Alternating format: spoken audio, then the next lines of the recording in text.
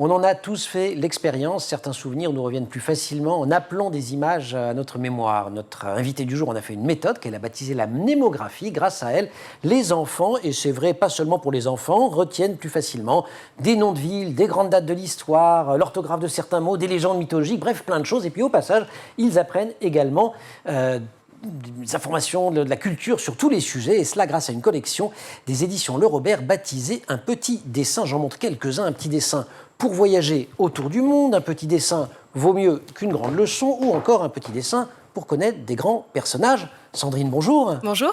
Invitée Sandrine Campès de ce grand oral. Alors, mnémographie, définition. On a mnémos et grapheine. Bravo. Ouais, j'ai révisé en même temps. Hein.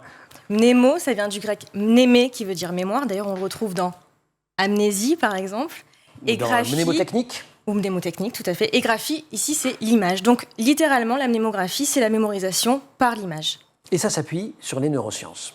Tout à fait. J'ai l'un de mes ouvrages qui a été d'ailleurs préfacé par une docteure en neurosciences qui explique que visualiser mentalement une information augmente sa rétention, sa mémorisation.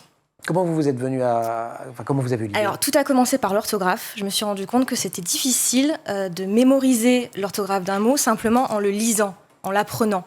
Pour les enfants comme pour les adultes d'ailleurs. Et comme j'ai toujours eu une approche assez ludique de l'apprentissage, à titre personnel, peut-être qu'on en parlera, j'ai développé donc cette méthode pour que, en fait, on sorte du cadre très scolaire, très écriture, et qu'on parle à notre cerveau droit finalement, l'intuition, la créativité, l'imagination. Et ça aide, ça fonctionne parce que ça aide vraiment à retenir toute plein d'informations, comme vous disiez, l'orthographe des mots, les dates de l'histoire de France, les noms de grands personnages, de divinités de la mythologie, etc., etc.